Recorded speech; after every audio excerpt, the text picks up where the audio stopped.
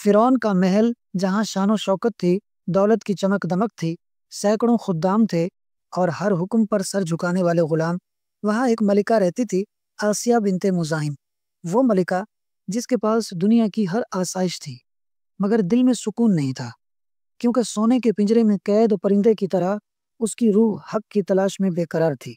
فرعون جو اپنے تخت پر بیٹھ کر تکبر سے کہتا تھا انا ربکم الاعلی، یعنی میں تمہارا سب سے بڑا رب ہوں، مگر آسیہ کے دل میں ایک اور صدا گونج رہی تھی، وہ صدا جو حضرت موسیٰ علیہ السلام کا پیغام تھا، اللہ کی وحدانیت کا پیغام۔ جب آسیہ رضی اللہ عنہا نے حضرت موسیٰ علیہ السلام کی دعوت سنی تو وہ فوراً پہچان گئیں کہ یہی حق ہے۔ وہ چھپ کر اللہ کی عبادت کرتی، مگر کب تک؟ ایک دن ان کے ایمان کا راز فاش ہو گیا۔ فرعون غصے سے آگ بگولا ہو گیا۔ کیا تم نے موسیٰ کے رب کو مان لیا؟ اس نے گرجدار آواز میں پوچھا۔ آسیہ نے عزم سے جواب دیا، ہاں، میں اس اللہ پر ایمان لاتی ہوں جو زمین و آسمان کا سچا بادشاہ ہے۔ فرعون نے انہیں قید کروا دیا، نوکرانیوں کو حکم دیا کہ انہیں سمجھائیں، مگر آسیہ نہ جھکیں نہ ڈگمگائیں۔ اگر تم واپس نہ پلٹیں تو میں تمہیں بدترین انجام سے دوچار کر دوں گا۔ آسیہ مسکرائیں، میری جان جا سکتی ہے مگر ایمان نہیں۔ یہ جواب فرعون کے لیے ناقابل برداشت تھا۔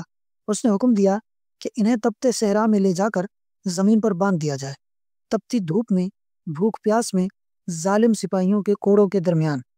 3 دن بعد فرعون آیا اور کہا، اب بھی وقت ہے، اپنا فیصلہ بدل لو۔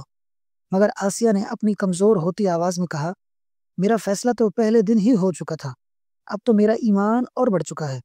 یہ جواب سن کر فرعون نے پتھر دل فیصلہ کیا، ایک بڑی چٹان لائی جائے اور اسے ان کے اوپر گرا دیا جائے۔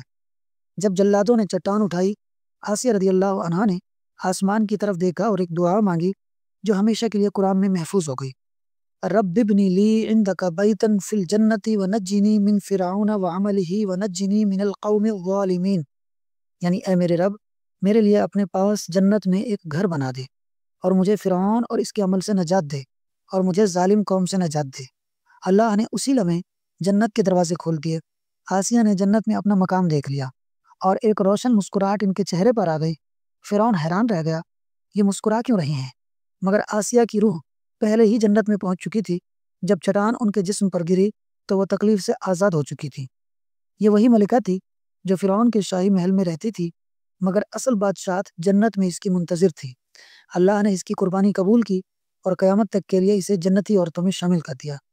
نبی کریم صلی اللہ علیہ وآلہ وسلم نے فرمایا، دنیا کی بہترین عورتوں میں سے آسیہ بنت مزاحم بھی شامل ہے۔ یہ کہانی ہمیں بتاتی ہے کہ طاقت کا نہیں، ایمان کا نام باقی رہتا ہے۔ آج فرعون کی لاش عبرت کا نشان ہے، مگر آسیہ کا نام جنت کے باسیوں میں چمکتا ہے۔ کیا ہم بھی ایسا ایمان لا سکتے ہیں؟ کیا ہم بھی حق پر ڈٹ سکتے ہیں؟